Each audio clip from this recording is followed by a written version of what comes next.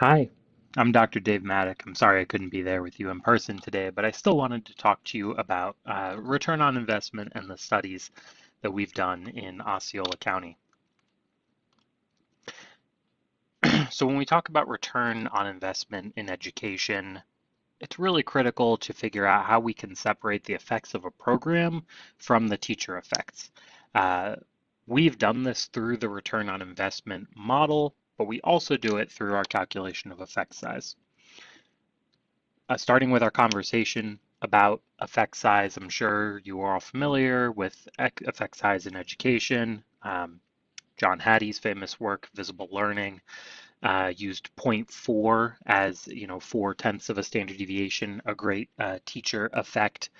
Matt Kraft, Brown University, 2019, uses zero point 0.2 as a great effect size for interventions. But those effect sizes are really useful for comparing groups of students and figuring out how much one group of students learned versus a different group of students. When we talk about return on investment, this is how much money was spent or saved for the program. Rather than giving you a statistical value that it pops out that requires a layer of interpretation, return on investment is really useful because it's easily understandable by your typical layperson within your education community. For example, board members or district administrators. When we use it in our county, Osceola, we specifically look at it as in terms of costs avoided in remediating. So for example, the methodology that I'm going to show you, an ROI of 0 means that the program that we utilized effectively cost us the same and had the same outcomes as the other program we traditionally used. It shows how effective we are with investing specific dollars into the growth of our children. So I am curious, what do you think is a good ROI? I'm going to give you a minute to discuss that with Dr. Jack. For us in Osceola County, like I said, we use 0% as the goal that we are trying to hit.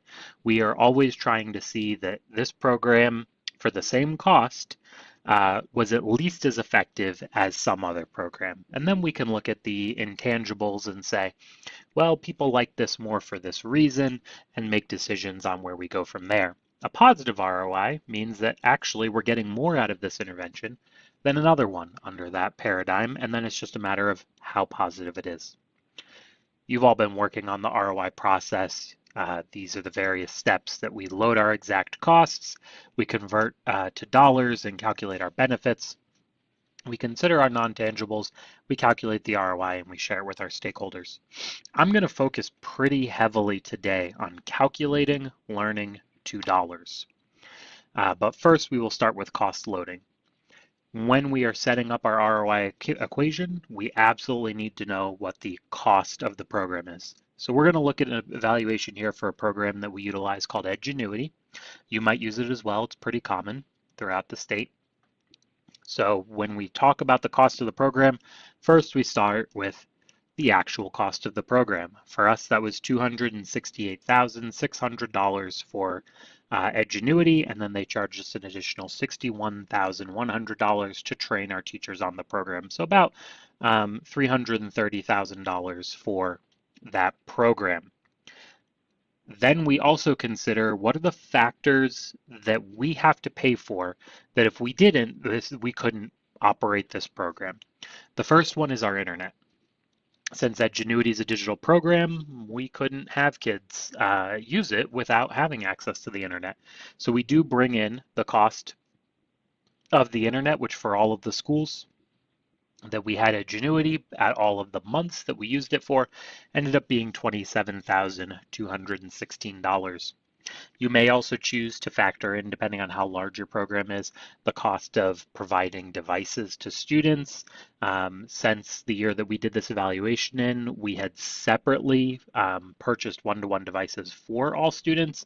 We decided not to operationalize it into the cost here because that was unfair to the program.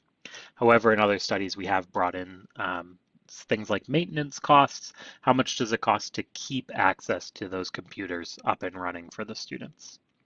And then, of course, Edgenuity can't be utilized without having teachers in the classroom. Since we are giving a class period to it, and we are having students use Edgenuity during a class period, and we can't have kids sitting in a lab without a teacher there, we have to consider the cost of that teacher. So Osceola County averages $35 per hour per teacher. It's actually $35.04, but I did drop the 4 cents. For simplicity's sake, they also last year received 19.79% in benefits with 34 teachers. So paying for that lab time that they were in at $35 an hour with 19.79% came out to $2,060,440 in unavoidable teacher costs. Now I did modulate the teacher cost to the number of periods per day that they worked in Edgenuity labs. For almost all of those teachers, we have them spending 7 class periods per day. But if a teacher had, let's say, 4 periods a day, I calculated that percent of their time that it was, and then I multiplied the percent of their time by the cost of what their salary was to get the value that we spent for that teacher on those class periods. You may also want to consider if a program is something like only one class period, only take the cost for that one class period.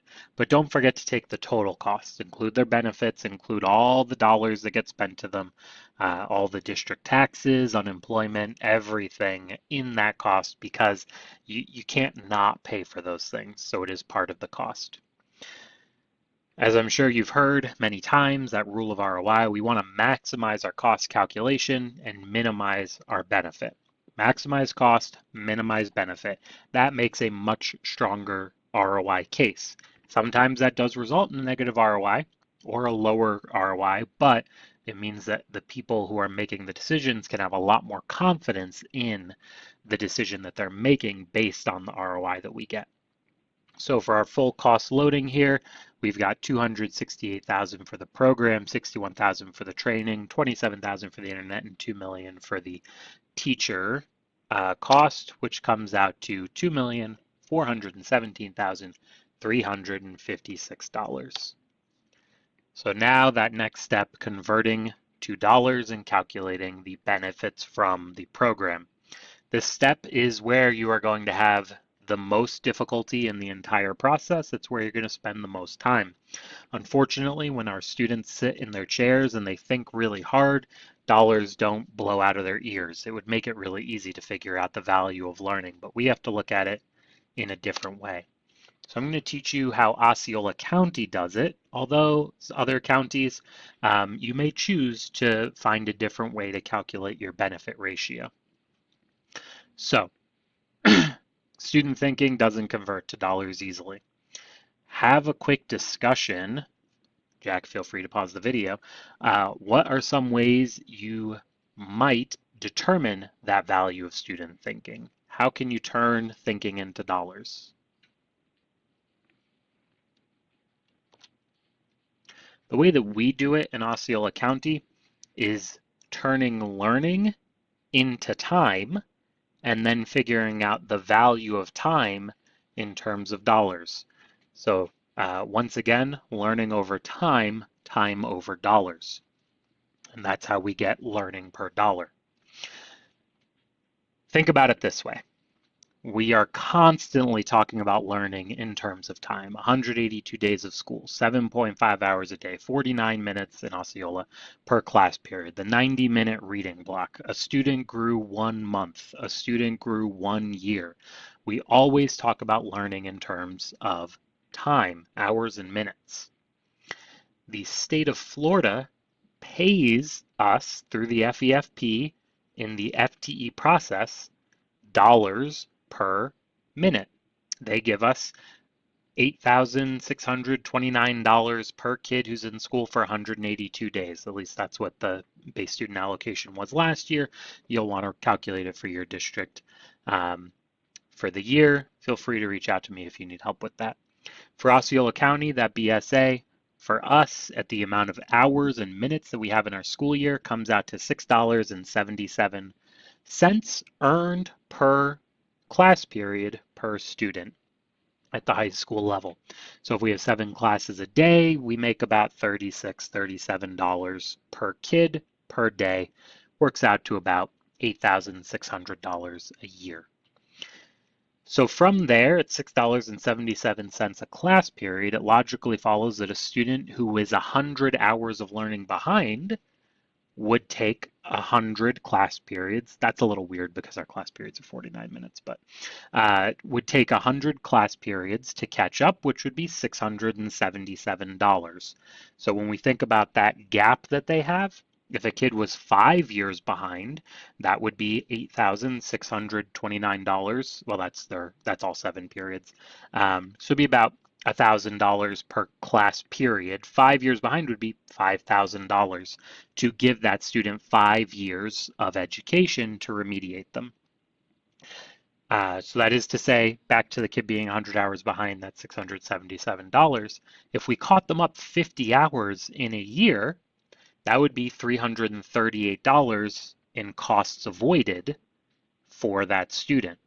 So this is, once again, to reiterate, if you can break down the dollars per hour that a kid generates, all you need to figure out is the amount of hours that they've caught up to figure out the dollars per hour of learning that we have avoided in paying for those costs in the future. Under this model right here, for a class period for Osceola in high schools, it's $1,009 generated per class period. So now that we have the value of being behind and catching up, what we need to figure out is how far behind is each student and how much did those students catch up. First, we figure out the gap, then we figure out the progress, and that lets us isolate the effects of how much they caught up in that program. There are much more statistically advanced ways to do this. You can do things like a nonlinear regression or a hierarchical model. I'm sure you've heard of VAM, the value added model.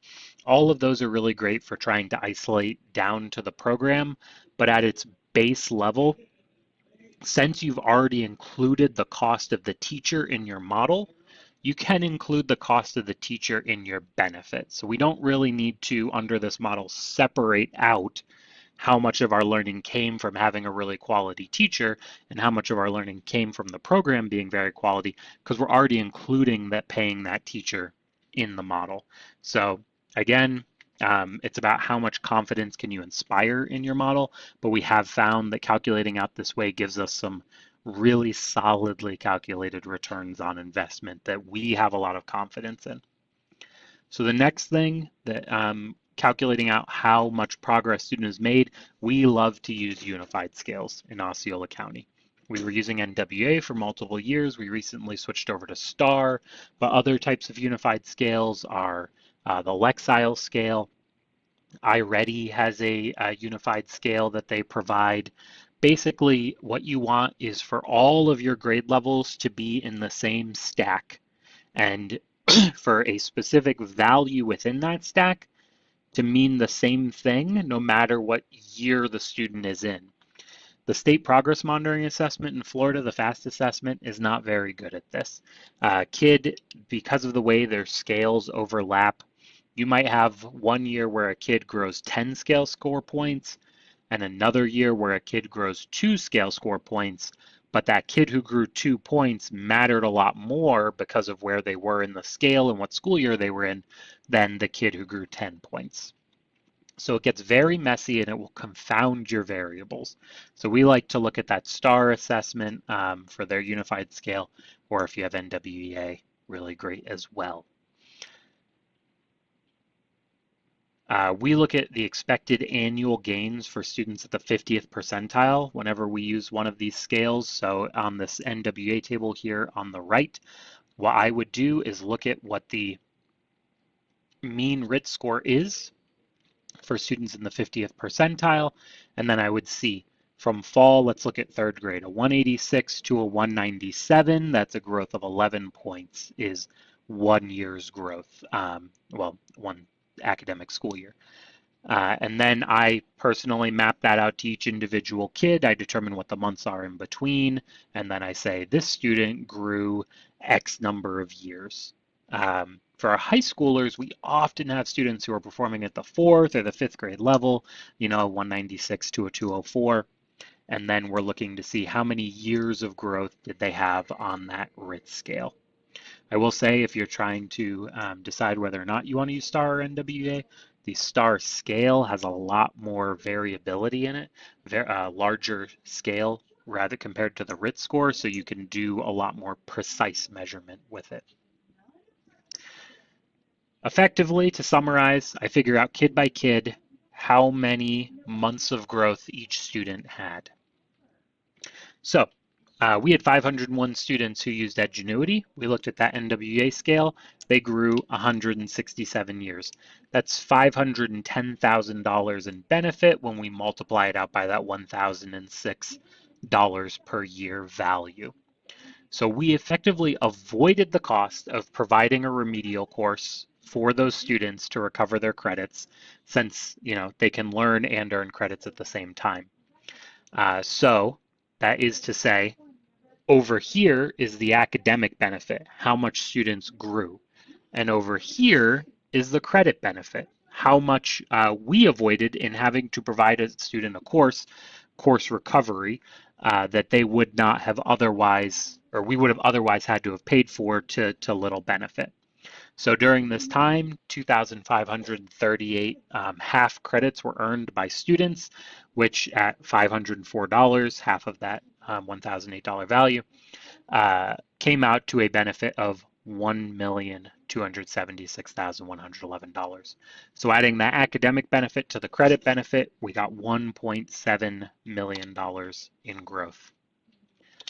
Next, we need to consider our non-tangibles. Just because we can't calculate it doesn't mean that it's not important to our teachers. Just to give you a personal anecdote, Osceola County made the decision to get rid of the iReady program in 2019. We had found through our evaluations that while the diagnostic was excellent, highly aligned to our predicted outcomes for students, there was just no relationship between the amount of time that students spent on the platform and whether or not they grew. A kid could have spent 4,000 minutes on the platform and had no growth. A different kid could have spent 4,000 minutes and had huge growth, the same growth as a kid who had 30 minutes on the platform. We just really didn't see any relationship at all. So we decided to get rid of it because it wasn't helping the kids. And when all the teachers came back in the fall and found out that we had gotten rid of iReady, they were very upset with us because it had become a core aspect to their intervention time. They were putting 6 to 10 kids on iReady during intervention time every single day so that they could work with the other 8 kids. Or if they had a station rotation, it was one fewer station that they had to plan for every single day. So taking it away led to a direct increase in the amount of work that the teachers had to do just to keep up with those interventions, which we hadn't factored in and was a definite benefit to those teachers that we couldn't really tangibly calculate, at least not without an extreme amount of work and calculation. So do consider all of those non-tangibles. Sometimes they are almost more important than the ROI calculation. And I will tell you, they have always become the deciding factor in our ROIs that are, sub 10% or even negative. Are the non-tangibles important enough that we would choose to keep the program even without the expected benefit? So we're going to calculate ROI now. Benefits minus costs over costs. We had those benefits of 1.7 million minus those costs of 2.4 million. Over the cost of 2.4 million came out with a negative 0.26, which we multiply by 100 and get a negative 26% ROI. Which leads me to the question, is an ROI of negative 26% good? Have that discussion with your shoulder partner. Now, that's not where we ended this equation. See, we had the NWA scores for 500 kids, but we actually had about 2,500 kids who utilized the Edgenuity platform. So when we multiplied out the kids who had exact growth to those 500 students, it was only about 20% of the students who were using Edgenuity. So we had to extrapolate out, because it was a very statistically significant model for our growth, we had to extrapolate that benefit out to every one of those kids. We knew that the kids who used NWA in the measure grew about one additional year that the students who weren't in Edgenuity didn't grow otherwise. So we added that 1 year to every single student who took the program and got a $2.4 million benefit. So 2.4 million plus that credit benefit, that didn't change because we had already hard calculated in every single half credit earned, led us to a new benefit of $3.69 million. Benefit minus cost of 2.4 million over the cost of 2.4 million gives us a value of 0.53 times 100 is a 53% ROI. Now, the reason that I highlight this and the reason that I show you our negative 26% ROI calculation versus our 53% ROI calculation is that it's really critical to find a way to operationalize every single student. Uh, we have to find some way to bring in, if a kid was exposed to this program and we didn't have the test measures for them, we still need to find a way to bring them into that program. Now, I did use a statistical model here. I had a confidence of 99.9% in that 1 year growth, but if you don't have access to that, what Jack will tell you is that you can ask all of your teachers how confident are they in that calculation, and then figure out your confidence from there. And let's say your whole team is 80% confident that there was that 1 year growth, you would just multiply this $2.4 million value times 0.8 and take that benefit. It's always great to knock down your benefits, minimize the benefits, and maximize the costs. That would have then put me at an ROI of about 30-ish%. But that would still be positive. All we're looking at the end of the day is to say, is this program better than if we were not using the program? And in either of those cases, a 30% ROI, a 53% ROI, we would still use it. But even at a negative 26% ROI, we would still have to ask ourselves, well, is that benefit of 1,200 credits, or 2,400 half credits, is that benefit of 1,200 courses that brought kids closer to graduation, is that worth the investment of 26% of the cost of a classroom teacher? Another thing that I really like to consider is that under the way that we do this model, a 0% ROI means that it cost us as much as any other program. A 100% ROI means that we basically dropped off an extra class period cost for all the students who are in the program. That's one fewer class we will have to pay for in the future. And a negative 100% ROI, we've had those too, is that we will have to pay for one additional intervention period for those students down the line to catch them up. And then it just becomes, for every 100% at 200%, we've cut off 2 years of intervention periods we would have to pay for. And negative 200% ROI, we're going to have to pay for 2 more years of intervention periods. So it becomes very easy to keep that in your head. Oh, 100% ROI, we saved a year on their learning. The last thing that we need to do is share with our stakeholders. So we take these to our board. I will encourage you, if you're also looking at effect size, share your effect size first, because when you share your ROI, they shut down. They're like, yep, I got it. I got the data value that I want, and I'm good to go. And it does take some doing to convince board members that a negative ROI is bad, get rid of it. A positive ROI is good, keep it, because that's not always the whole picture. But in the name of sharing with stakeholders, I've got some other Osceola evaluations to share with you. We evaluated a program called Beable. It had an effect size of 0.08, which under Matt Kraft's 2019 recommendations is an okay effect size. It's higher than a 0.05, but not good by any means. It had a cost of $170,000, $53,000 for the internet, and then $3.5 million for the cost of the teachers who were using Beable during their class period.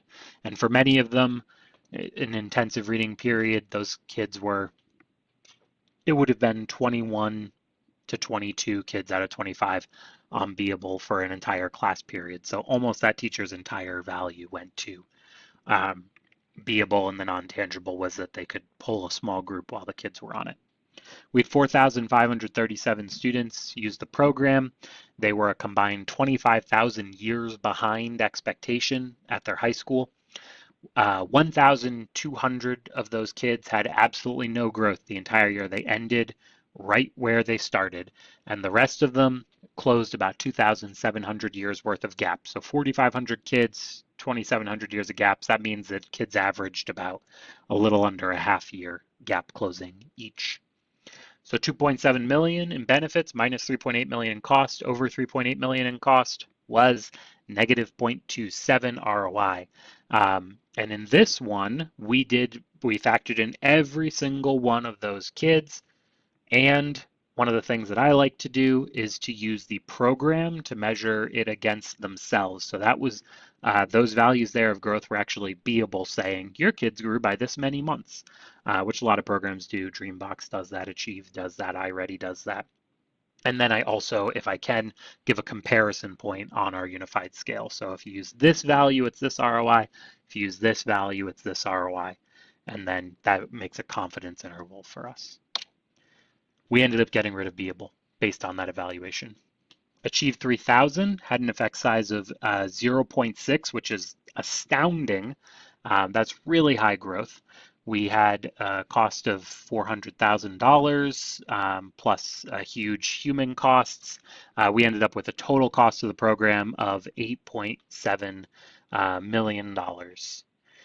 Then when we looked at the benefits, the kids who used it closed 8,600 years worth of gaps.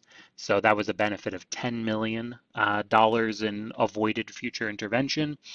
So 10 million minus 8 million over 8.7 million was an ROI of 21%. We did decide to keep that program. We did an evaluation of a program called Dreambox. It had an effect size of 0.22, which is a strong effect size under Matt Kraft's model. Had a cost of $12,000. It was only done at one school when we did our evaluation. And paying the teachers who used that program was $175,000. So all in, $194,000 to operate that program in their intervention period. The students who used it closed 80,000 hours worth of gaps at their young age.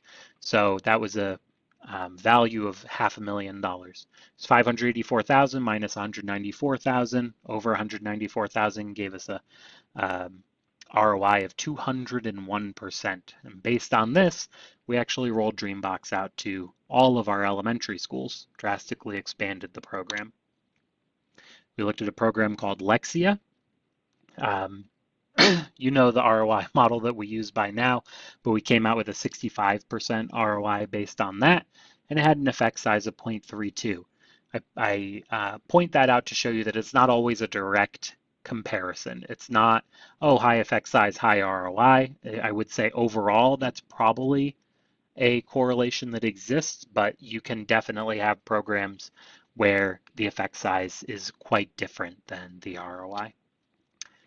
We used a program called Discovery Ed. We found no statistical significance in student growth, and it had a negative 59% ROI.